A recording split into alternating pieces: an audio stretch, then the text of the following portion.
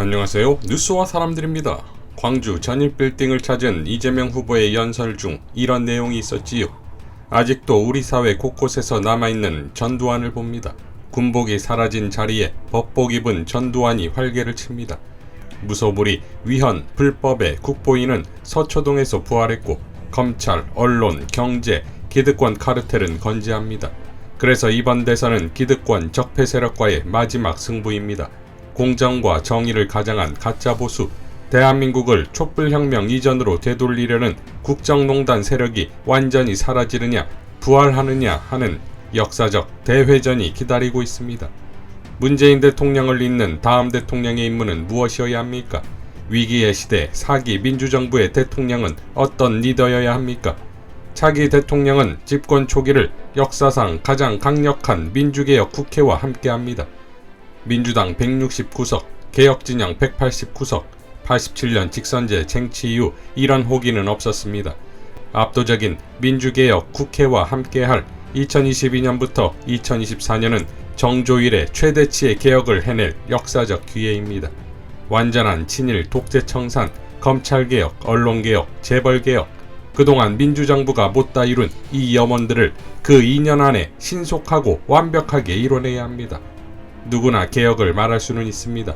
그러나 개혁의 고통과 반발을 감내하며 할 일을 하는 것이 말처럼 쉽지 않습니다. 개혁에 저항하며 부당한 이익을 지키려는 기득권의 강고하고 집요한 저항은 상상을 초월합니다. 위기시대 격변의 파고를 관령 리더로는 넘을 수 없습니다. 위기시대 대통령은 철학과 비전이 뚜렷하고 기득권을 두려워하지 않는 용기와 강력한 추진력을 갖춰야 합니다. 자, 이 연설에서 가장 소름 돋는 부분이 바로 압도적인 민주개혁 국회와 함께할 2022년부터 2024년 정조일의 최대치의 개혁을 해낼 역사적 기회다. 완전한 친일 독재 청산, 검찰개혁, 언론개혁, 재벌개혁, 그동안 민주정부가 못다 이룬 이 염원들을 그 2년 안에 신속하고 완벽하게 이뤄내야 한다. 이거 아니겠습니까? 흥미롭게도 지난 8월 20일자 보도 중 이재명 후보의 부인인 김혜경 여사의 인터뷰에는 이런 발언이 나옵니다. 남편이 대통령 임기는 5년이 아닌 1년이라고 말한 적이 있습니다. 압도적인 표로 승리하지 않는다면 대통령이 되어 1년 만에 검찰개혁과 관료개혁, 언론개혁 등 사회의 산더미처럼 쌓인 과제들을 해결하기 힘들 것입니다. 남편의 성격을 다 아실 것입니다. 떠벌리기보단 조용하게 하지만 단칼에 검찰개혁을 해나갈 것입니다. 라고 발언합니다. 자, 대통령의 임기는 1년이라는 말이 정말 소름돋지요. 그러니 이재명이 말한 2년은 연설을 위해 급조된 발언이 아니라 그가 그동안 진행시켜온 개혁과 그것을 가로막고 방해하는 기득권과의 싸움에서 터득한 이재명만의 노하우이자 철학이 아니겠습니까? 그만큼 개혁은 어려운 것이며 단기간에 해치우지 않는다면 불가능하다는 말이겠지요. 문제는 이를 가로막을 기득권 세력의 저항이 총력전이 될 것이고 더 큰 문제는 지난 검찰개혁 과정과 경선 과정에서도 보고 있듯 민주당 내부의 적들이 아니겠습니까? 이낙연 캠프의 서른 선대위원장은 이미 감옥 간 MB를 이재명에 빗댔고 이어 김종민 의원 역시 대장동 문제는 정치가 아니라 수사가 필요하다고 주장하면서 언론 보도만 보더라도 상식적으로 이해할 수 없는 일이 한둘이 아니다. 심각한 것은 이재명 후보와 그를 지지하는 일부 의원들의 태도다 라고 주장했습니다. 이에 대해 최동석 소장은 이렇게 밝혔지요. 이낙연, 서른, 김종민 등에게 내가 보기엔 너희들은 지금 윤석열과 똑같은 짓을 하고 있다. 조국 장관이 취임하기도 전 사모펀드에 투자한 것은 심각한 문제가 있어서 장관에 임명하면 안 된다고 했다. 장관에 취임하면 검사들이 들고 일어날 것이라고도 했다. 윤석열은 문재인 정부의 검찰총장이었다. 전무후무한 수사력을 동원한 수사 결과가 어땠는지 우리는 이미 알고 있다. 너희들이 지금 민주당에 소속된 사람들이냐? 묻겠다. 얼마나 더 분탕질한 후에 그리고 언제쯤 국힘당으로 넘어갈 생각이냐? 라고 일갈했습니다. 자, 지난 진해원 검사는 7월 23일 윤호중과 김기현이 법사위원장을 국힘당에 넘겨주기로 합의한 것에 대해 분노하며 이낙연과 김종민의 검찰개혁 끝장 토론 사태, 법사위 양도 사태, 황교익 선생님 사퇴 종용 사퇴 등을 비판했는데, 특히 법사위 양도 사퇴는 차기 대통령으로 당선되지 않을 경우를 대비해서 차기 대통령이 원하는 입법은 그 어떤 것이라도 다 방해하겠다는 의도로 해석된다.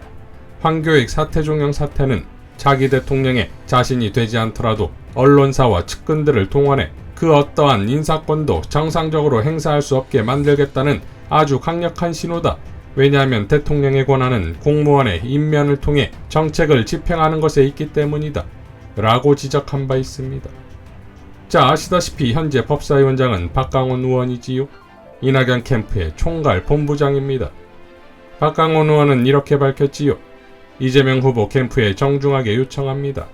이낙연 후보를 무리하게 국민의힘과 엮어서 이 후보를 공경에 빠뜨리려는 시도를 중단하기 바랍니다. 이낙연 캠프의 어느 누구도 단 한 차례도 이재명 후보와 관련 있다고 말한 적이 없습니다.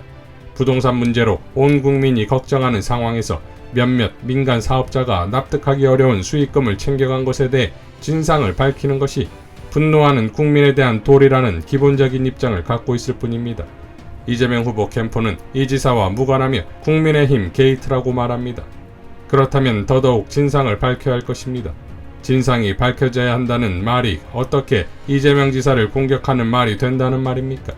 진상이 밝혀져야 한다는 말이 이재명 후보를 공격하는 것이라고 규정하면 이 지사가 관련 있다는 뜻이 된다는 자기 당착에 빠진다는 사실을 아시는지요?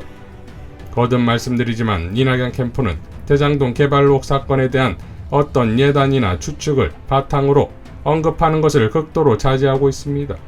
더 이상 이낙연 후보를 국민의힘과 엮으려는 시도를 멈추기를 정중히 요청합니다. 우리는 정권 재창출을 반드시 실현해야 할 원팀이니까요. 라고 밝혔습니다. 자, 국민의 압도적인 지지로 차기 민주정권이 재창출되어 법사위원장 합의문 따위야 번복하면 그만이겠지만, 문제는 이낙연 캠프의 총괄 본부장이 과연 강력한 개혁 법안을 추동할 수 있냐 이거지요. 이러니 진해용 검사의 지적이 괜히 나온 것이 아니다 이겁니다. 또한 이낙연 측이 맹신하고 강조하는 언론 보도, 특히 조중동은 차기 정부에서의 개혁 인사들의 등용을 방해할 것이 뻔한 것인데, 이낙연이 줄곧 언론에 동조하는 모양새 역시 언론사와 측근을 동원해 그 어떠한 인사권도 정상적으로 행사할 수 없게 만들겠다는 아주 강력한 신호다 라는 진해원 검사의 말은 틀린 말이 아닌 듯하지요.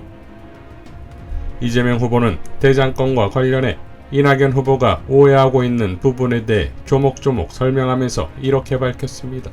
이낙연 후보님께 부탁드립니다.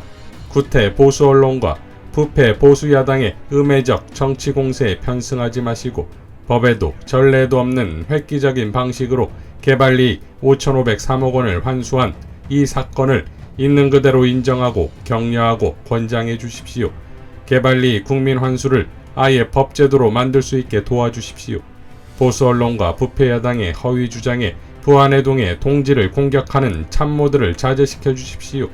투자 수익률에 대한 명백한 곡해와 보수 언론 편승 주장에 대해 공식 사과가 어려우시다면 유감 표명이라도 해주시기 바랍니다.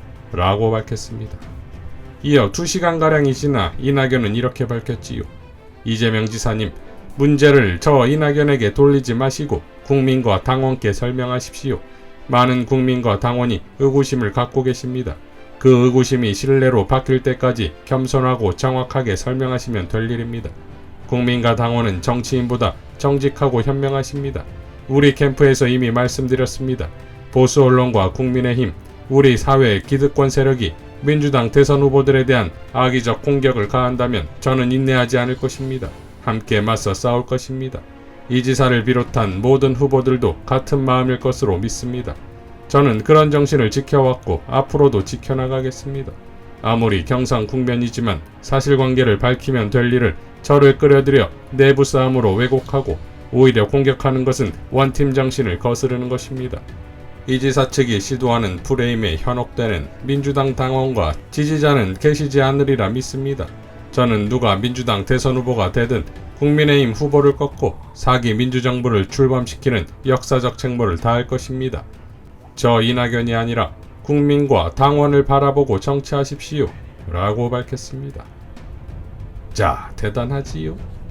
조국 추미애 장관 시절 윤석열 검찰과 국힘당을 향해 지금 이재명 지사와 싸우는 전투력의 반만이라도 보여줬다면 이 같은 글이 그토록 한심하게 느껴지진 않았을 것입니다. 이에 대해 고일석 기자는 이렇게 밝혔습니다.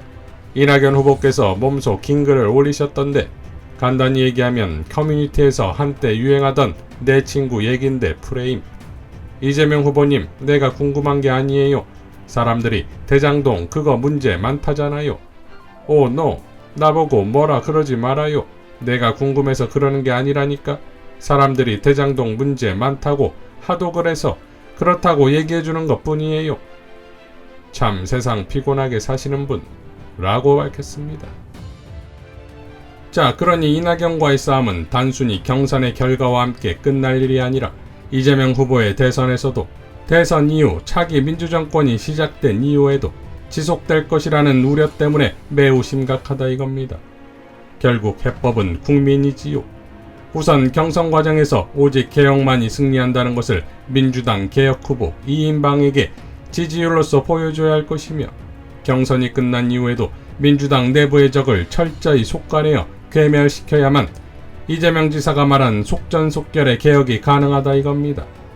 그 시작은 오는 광주입니다. 이상 뉴스와 사람들이었습니다. 시청해주셔서 감사드립니다.